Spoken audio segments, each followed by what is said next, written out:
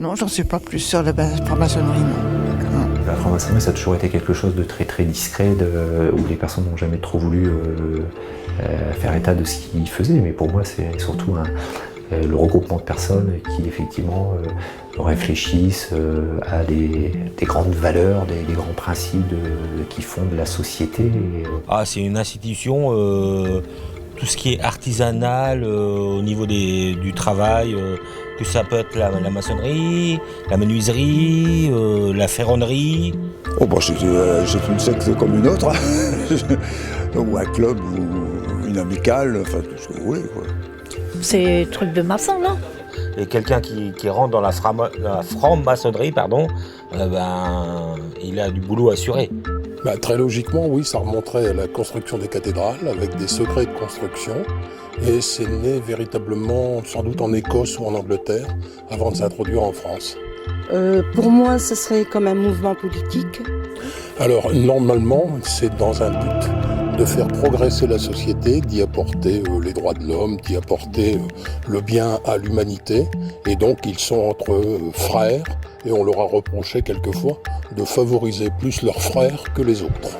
Et finalement, la franc-maçonnerie a été extrêmement combattue, notamment à l'époque du régime de Vichy, puisqu'il fallait ne pas être ni communiste, ni gaulliste, ni franc-maçon. Communiste, gaulliste ou franc-maçon, secte, groupe, société ou amicale, socialiste ou républicain, athée ou chrétien, médecin ou ouvrier, artisan ou journaliste, qui sont ces hommes et ces femmes qui se réunissent tous 2 fois par mois au cœur d'un temple? Personne ne les connaît vraiment, puisqu'à la question « Qu'est-ce qu'un franc-maçon ? Qu'est-ce que la franc-maçonnerie ?», les réponses sont souvent fausses, incorrectes ou inexistantes. Par contre, s'il y a une personne qui les connaît bien, c'est Camille, 100 ans. Malgré son âge, elle accueille 4 loges au cœur du temple. Union et Travail, bien sûr, la Parfaite Union des Nains-Beaumont, mais aussi les Frères écossais de la Goëlle et les Grégores artésiens de Lens. Ceci depuis 69 ans, dans ce haut lieu de la franc-maçonnerie lensoise. Camille est un peu à elle seule les 3 singes de la sagesse. Je ne vois rien, je n'entends rien et je ne dis rien. Ce qui fut vraiment difficile pour moi de la faire parler. Mais à travers cette retenue, on sent une amitié, un amour et un profond respect pour ces personnes discrètes, comme elle les appelle. J'accueille, j'ouvre la porte, je les accueille et j'ai quand même le bar. Moi, je suis à l'accueil, je ne suis pas dans la société. Je n'ai jamais cherché à comprendre. J'ai l'impression d'avoir mes enfants, tellement ils sont gentils. Très discrets. L'amitié, c'est formidable. Véritable mémoire de la loge, Camille a rencontré les Frères d'Union et Travail en 1947. Mais l'histoire des francs-maçons débute des siècles auparavant. Et pourtant, encore aujourd'hui, beaucoup de doutes subsistent sur la franc-maçonnerie. Alain Noël Dubar, ancien grand maître de la Grande Loge de France, connaît tous les détails et le mystère entretenu depuis le XVIIe siècle. Ce qu'est la franc-maçonnerie, c'est une ancienne institution par l'âge et une jeune institution par la modernité de ce qu'elle fait. Ancienne parce qu'elle a été créée dans le Royaume-Uni, dirons-nous, vers les années 1717, avec des origines plus anciennes. Elle est arrivée en France en 1721, sur la côte, à Dunkerque très précisément, puis sur toutes les côtes de France, et puis elle s'est installée à Paris entre 1725-1728, et la Grande Loge de France s'est constituée de manière officielle, juridiquement constituée en 1738. Donc vous voyez que la franc-maçonnerie en France a bientôt 3 siècles d'existence. Donc c'est une institution ancienne. C'est une institution moderne, car ce qu'elle véhicule comme idée, comme influence, influence spirituelle surtout, et pas influence dans le monde tel qu'on peut l'imaginer, c'est quelque chose qui s'intéresse à la modernité et à l'évolution de toute la société, et qui a toujours été modelé par une tradition qui n'est pas une tradition rétrograde, qui est une tradition du progrès et du perfectionnement de l'homme en général et de l'humanité en général, et donc du perfectionnement de la société. Et depuis 3 siècles, la franc-maçonnerie s'est attachée avec des aléas bien entendu, avec des incompréhensions parfois, et avec des succès assez souvent, à faire évoluer la société avec d'autres institutions, parfois de manière conflictuelle, parfois de manière coordonnée, mais du moins à faire évoluer la société dans un sens qui est celui de l'humanisme et du progrès, au sens très large du terme. Issus des pays anglo-saxons, l'Angleterre et l'Écosse, réunissant des partisans de la paix face aux guerres de religion, la franc-maçonnerie, bâtie en partie sur les philosophies de John Locke et Newton au XVIIe siècle, arrive en France grâce aux commerçants et aux soldats anglais. Plusieurs loges vont se créer, dont les plus connues, la Grande Loge de France, en 1728 à Paris, et le Grand Orient de France, plus tard en 1773. Plus de 3 siècles d'existence, avec un doute qui subsiste tout de même sur l'origine du nom franc-maçon. L'une des premières hypothèses, il y a de multiples hypothèses, je vais vous en donner 2 simplement. L'une des premières hypothèses est un peu légendaire. Je pense qu'elle ne correspond pas à la réalité, mais elle est très belle. On fait parfois remonter la franc-maçonnerie à l'époque des Templiers. Vous connaissez l'ordre du Temple qui a été créé avec la bénédiction du pape et de Bernard de Clairvaux, Saint Bernard, de l'ordre des Cisterciens. Et l'ordre des Templiers avait cette particularité de ne dépendre que du pape. Et donc, au Moyen-Âge, de n'avoir aucun compte à rendre ni au seigneur du coin, ni encore moins au roi de France, ni à l'évêque de l'endroit où il était situé. L'ordre du Temple était un ordre universel et transnational. Il ne dépendait que du pape. Et dans cet ordre, qui était un ordre religieux et guerrier, donc religieux et chevaleresque, il y avait, au fur et à mesure de son développement, nécessité d'avoir des structures qui construisaient les bâtiments, qui assuraient l'intendance. Il fallait bien nourrir tout ce monde-là. Et par rapport aux corporations de bâtisseurs qui construisaient les églises, les palais royaux, l'ordre du Temple a incorporé dans sa structure des ouvriers, entre guillemets, des tailleurs de pierre, qui construisaient. Avec cette différence près que ces ouvriers, ces artisans, étaient complètement indépendants et des corporations et du pouvoir royal. Ils étaient francs, c'est-à-dire qu'ils étaient libres par rapport à la structure religieuse, à la structure politique de la France. Et l'on peut penser que le terme de franc, franc-maçon, pouvait venir de là. C'est une belle légende. Je pense qu'elle ne correspond pas à la réalité, mais elle est suffisamment belle pour la raconter. La deuxième hypothèse est plus terre-à-terre, si je puis dire. Franc-maçon pourrait venir de Freestone Mason, c'est-à-dire les maçons qui travaillent la pierre libre. Et la pierre libre se disait par opposition à la mauvaise pierre. C'est-à-dire qu'il y avait des ouvriers qui taillaient des pierres assez mal équarries, et puis il y avait les artisans, les véritables artistes, qui taillaient une qualité de pierre calcaire qui était beaucoup plus noble, beaucoup plus fine à tailler. Vous avez la rough stone, la pierre dure, et la freestone, la belle pierre. Et on pense que les freestone masons, c'était les ouvriers qualifiés par rapport aux ouvriers non qualifiés qui taillaient la pierre libre. Et c'est peut-être la raison, probablement la meilleure raison pour laquelle on les appelait les francs-maçons, ceux qui taillaient la pierre libre, les freestone masons. Libres l'ont-ils toujours été? Prônant la laïcité, les réunions, au début du XXe siècle, s'appuient sur des réflexions modernes, le droit de vote des femmes, la paix dans le monde, l'avenir du colonialisme, l'assurance sociale, l'école laïque, qui débouchera sur la loi Jules Ferry, d'ailleurs un franc-maçon. Des sujets comme le syndicalisme ou bien d'autres thèmes qui ne plaisaient pas à tout le monde. Les lois de 1905 sur la séparation de l'Église et de l'État naissent pour grande partie, dans leur concept et dans leur rédaction, des discussions dans les loges maçonniques. L'État et la République soulignent la liberté de conscience reconnue par la loi de 1905. Une liberté qui dérange et qui mènera à la dissolution des loges et à une chasse aux sorcières pendant les grandes guerres de 14-18 et 39-45. Il y a eu des périodes troublées de l'histoire de France où les loges maçonniques ont été décimées. À chaque fois, ça a été dans des périodes de totalitarisme. Totalitarisme idéologique, sous la Terreur, 1793-1797, durant la Seconde Guerre mondiale, sous le régime de Pétain et sous les lois anti-juives et anti-maçonniques qui ont été prises par le gouvernement Pétain. Globalement, dans le monde entier, la franc-maçonnerie a pu se développer, a pu vivre sa propre vie dans toutes les démocraties, que ce soit des monarchies constitutionnelles, des monarchies éclairées, des républiques. Toutes les théocraties religieuses ou tous les états totalitaires idéologiques ont toujours combattu la franc-maçonnerie parce que c'était un lieu où on pouvait se réunir de façon discrète et c'était un lieu, la loge est un lieu où l'évolution de la pensée et de la liberté de penser est fondamentale. Et aucun pouvoir idéologique totalitaire ou religieux totalitaire ne peut accepter, bien évidemment, que des hommes ou des femmes puissent se réunir pour penser librement et éventuellement penser librement contre le régime en place.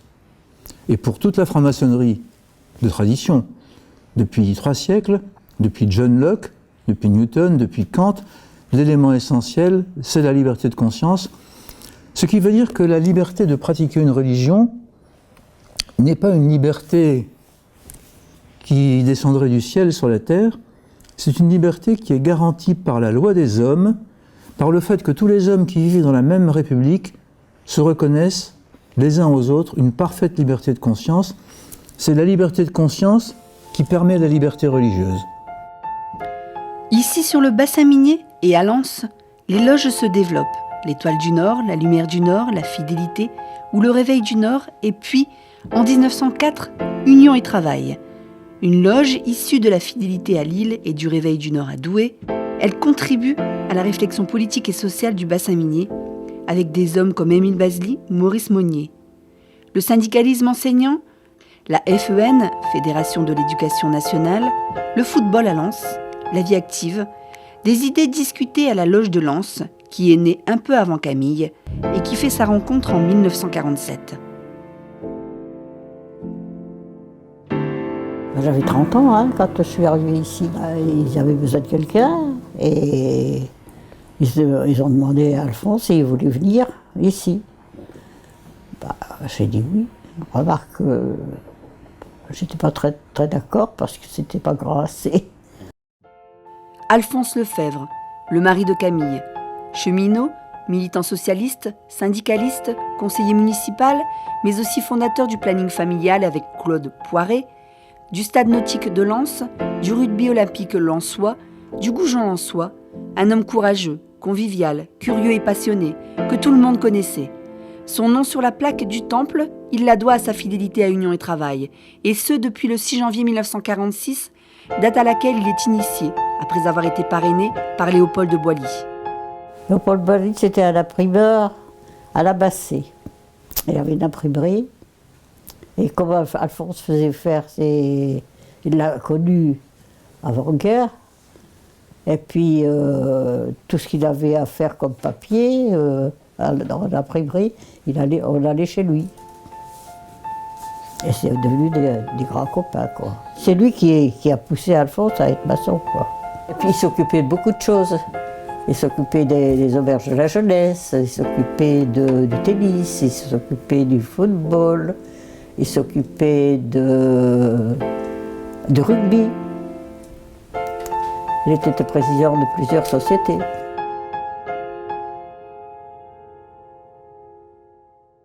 Comment devient-on franc-maçon ? D'abord, comment veut-on devenir franc-maçon ? En fait, je ne suis pas sûr qu'il existe, à moins que vous ne soyez issu, né d'une famille où il y a des francs-maçons, je ne suis pas sûr qu'il y ait une volonté consciente un jour de se dire « il faut que je devienne franc-maçon ». Je crois que les choses ne se passent pas comme ça. On devient franc-maçon parce que, quelles que soient ses convictions philosophiques, religieuses, son appartenance sociale, il est vraisemblable que, au fil du temps, probablement une fois que on a terminé ses études, peut-être avant, mais souvent quand on a terminé ses études, et que l'on rentre dans la vie active, peut-être que l'on se rend compte que les réponses toutes faites qui étaient données par la religion, si on a une religion, les réponses toutes faites qui étaient données par le milieu familial une fois qu'on quitte le milieu familial, les réponses plus que toutes faites qui sont données par le mouvement politique auquel on appartient ne suffisent pas forcément à comprendre ce qu'on est, à comprendre la société dans laquelle on vit, et peut-être à se donner un autre sens à sa propre existence que le sens de travailler pour gagner de l'argent. Alors peut-être que là on se pose des questions, mais bien souvent c'est dans le milieu dans lequel on vit, dans lequel on travaille, ou le milieu familial, ou le milieu syndical, ou le milieu associatif, ou le milieu sportif. Dans tous ces milieux-là, il y a des francs-maçons, dont on ne sait pas qu'ils sont francs-maçons, bien entendu, secret oblige, mais ces francs-maçons sont actifs dans leur milieu, et ils discutent. Parfois, ils échangent avec vous. Parfois, sans que vous sachiez qu'ils sont francs-maçons, vous allez leur parler de vos inquiétudes, de vos doutes. Et un peu à la fois, il y aura des contacts, des échanges. Et puis un jour, celui qui est franc-maçon vous dira qu'il est franc-maçon et vous dira de but en blanc qu'il pense que vous devriez rejoindre la franc-maçonnerie. Ou il ne se déverra pas complètement et puis il vous dira « Tout compte fait, tu sais, j'ai entendu parler de la franc-maçonnerie, je ne sais pas si ça pourrait nous intéresser, mais justement, il y a une conférence qui est donnée dans 2 mois, ce serait bien qu'on y aille ensemble, comme ça on pourrait discuter. » Et puis, de fil en aiguille, un jour il vous dira qu'il est franc-maçon. Comme c'est quelqu'un que vous estimez, parce que ça fait au moins 6 mois, 1 an, 2 ans que vous le côtoyez, que vous discutez avec lui, vous direz, si lui est franc-maçon, pourquoi ne le deviendrais-je pas, puisqu'il me semble être un homme honnête. À partir de cette envie de devenir frère, vous, profanes, comme ils appellent les non-initiés, vous faites une demande auprès de la loge que vous avez choisie. Loge féminine, mixte ou masculine, comme l'a fait à l'époque Alphonse. Et après examen de votre CV, enquête et rencontre avec le maître de la loge, 3 frères, dont la particularité est de ne pas savoir la tâche de chacun, vont rendre un rapport sur votre personne. Et ensuite on vote pour votre intégration. Si vous y entrez, ce sera les yeux bandés, au cas où vous ne seriez pas admis à l'ultime rencontre. Tout un déroulement secret pour garder l'anonymat des initiés. Mais pourquoi? Par peur? Par méfiance? À cause de l'histoire? Pourquoi tant de secrets? Non, le secret n'est pas la peur. C'est une... du reste, si je suis là, c'est que ni moi ni la loge Union et Travail n'avons peur de nous montrer. Mais on se montre de manière discrète. Une fois qu'il a été initié, il est parfaitement libre, chacun d'entre nous est parfaitement libre de dire dans la cité qu'il est franc-maçon. C'est le droit le plus strict de chacun de se dire athée, juif, catholique ou franc-maçon. Ce qui est interdit, et c'est assez légitime, et on prête un serment solennel, que nous appelons solennel, mais l'essentiel c'est qu'on prête un serment, c'est de ne pas révéler l'appartenance maçonnique de ceux que vous connaissez comme francs-maçons dans la loge. La liberté de chacun, c'est de ne pas être contraint par ce que tout votre milieu pourrait penser de ce que vous faites. Vous avez la liberté de dire ce que vous faites, de dire ce que vous êtes. N'abusez pas de la liberté qui pourrait être la vôtre d'aller divulguer partout ce que les autres font ou ce qu'ils pensent. Le secret, la discrétion est nécessaire pour que les pensées des uns et des autres puissent évoluer. Une fois que c'est rendu public, une fois que c'est écrit noir sur blanc et que c'est divulgué partout, il n'y a plus de secret et chacun est amené à se figer sur une position qui est celle de l'écrit. Le but de la franc-maçonnerie, ce n'est pas d'avoir une pensée figée, c'est d'avoir une pensée qui est toujours en évolution. Il y a des fantasmes qu'il faut lever. Rentrer en franc-maçonnerie, ça ne vous permet pas de faire une carrière politique. Rentrer en franc-maçonnerie, ça ne vous permet pas de faire des affaires et de devenir riche. Rentrer en franc-maçonnerie, ça ne vous permet pas de devenir président de votre syndicat. Ce qui ne veut pas dire que vous ne pouvez pas faire de carrière politique ou devenir président de votre syndicat ou de faire des affaires personnelles. Ça veut dire que la franc-maçonnerie ne va pas vous permettre de vous créer un réseau qui va vous faire devenir ce à quoi on pense. On demande d'abord à ceux qui rentrent en franc-maçonnerie d'avoir une réflexion sur eux-mêmes, sur leur personnalité, sur leurs préjugés, sur leurs défauts, sur leurs qualités aussi, parce que bien entendu tout le monde a des qualités et des défauts, mais à tout le moins de faire le bilan de ce qu'ils sont. Et ensuite de confronter ce bilan avec ce que sont les autres. À Lens, c'est au rez-de-chaussée de chez Alphonse et Camille que se tiennent les réunions pour faire évoluer les pensées et les idées. Et après plus de 50 ans, c'est toujours Camille qui ouvre la porte aux frères. Je dis ça, je suis là pour ouvrir la porte parce que j'ai une ouverture automatique. Ils arrivent à la fois, quoi. Et puis, ils papotent un moment, et après, ils vont en réunion. S'ils ont soif, ils se boivent un coup, puis ils rentrent. Quand ils sont terminés, ils viennent manger là, avant de repartir. Je les accueille, je suis comment on appelle ça? L'hôtesse. Une hôtesse parfaite, mère de famille dont la devise pourrait être aujourd'hui « Plus je vieillis, plus je reçois ». De 1 à 10 loges aujourd'hui, Camille accueille 155 tenues par an. Dans ce cadre-là, il est tout à fait naturel que des solutions apparaissent pour assurer la gestion matérielle, la gestion des repas, le nettoyage, enfin, tout ce qui concerne le matériel. Et bien souvent, on utilise, dans la mesure des possibilités, des frères, des amis, des sympathisants qui peuvent rendre ce service. En l'occurrence ici, c'est une famille, Alphonse et Camille Lefebvre, qui sont arrivés ici. Je ne pourrais pas vous dire dans les détails très précis comment, sauf que Alphonse Lefebvre était membre de la loge Union et Travail il y a longtemps, puisqu'il a été initié en 1945. Et donc, il travaillait ici. Son épouse Camille, qui est là, connaissait donc forcément un peu le milieu.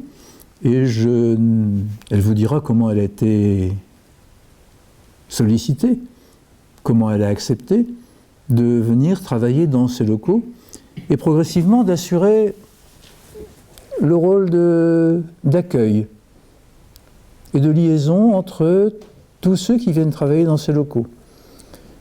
Quelque part dans les groupes humains, et vous connaissez par exemple les groupes des compagnons du Tour de France, des compagnons du devoir, il y a une Cayenne, un endroit où tout le monde se réunit, et il y a, dans un milieu très masculin, les compagnons du Tour de France, il y a une mère qui gère, qui accueille, qui fait le lien entre tous ceux qui passent dans la Cayenne au fil du temps. Camille, progressivement, s'est installée ici et a rempli ce rôle de mère de la Cayenne, mettez Cayenne entre guillemets, car nous ne sommes pas une structuration de compagnons du Tour de France, mais l'idée est un peu la même. Il y a quelqu'un qui, ici, depuis 67 ans maintenant, donc Camille avait 33 ans lorsqu'elle est venue ici à demeure, si je puis dire, depuis 67 ans, assure, entre tous les frères qui viennent ici, d'Union au Travail, qui viennent ici tous les 15 jours, parfois plus, car il y a d'autres réunions parfois, elle assure ce rôle de liaison de mère, entre guillemets, de toutes les générations de francs-maçons qui sont passés à Union et Travail, de ceux qui sont partis, de ceux qui sont décédés, de ceux qui sont vivants et qui travaillent depuis longtemps, et de ceux qui arrivent régulièrement. Il arrive, je ne connais pas l'évolution de la structuration numérique d'Union et Travail, mais en règle générale, dans une loge maçonnique, il existe 4 ou 5 initiations chaque année, donc 4 ou 5 nouveaux qui arrivent dans une loge. Et il est fondamental qu'il y ait en dehors de l'accueil qui est fait dans la loge, par les frères de la loge, qu'il y ait une présence, et c'est le rôle de Camille, d'avoir assuré depuis toutes ces années cette présence, ce lien. En plus, c'est un lien qui est un lien féminin, qui est un lien maternel, entre guillemets, je ne mettrai pas trop ce mot-là, mais je n'en ai pas d'autre à disposition, de faire le lien entre tous les frères d'Union et Travail et puis tous les frères des autres loges qui se réunissent ici, d'être la maîtresse des lieux et de faire en sorte que tous ceux qui viennent ici se sentent bien, se sentent en confiance et que, avant même de commencer leurs travaux, ils se sentent chez eux. Secrète, ou plutôt discrète, La loge Union et Travail, finalement, c'est aussi Camille. Les deux se ressemblent. Qui a des teints sur l'autre? On peut se poser la question. Mais si cela ne la rend pas immortelle, malheureusement, Camille pourrait le dire, ça l'a rendue remarquable et admirable aux yeux de toutes les personnes qui ont passé cette porte.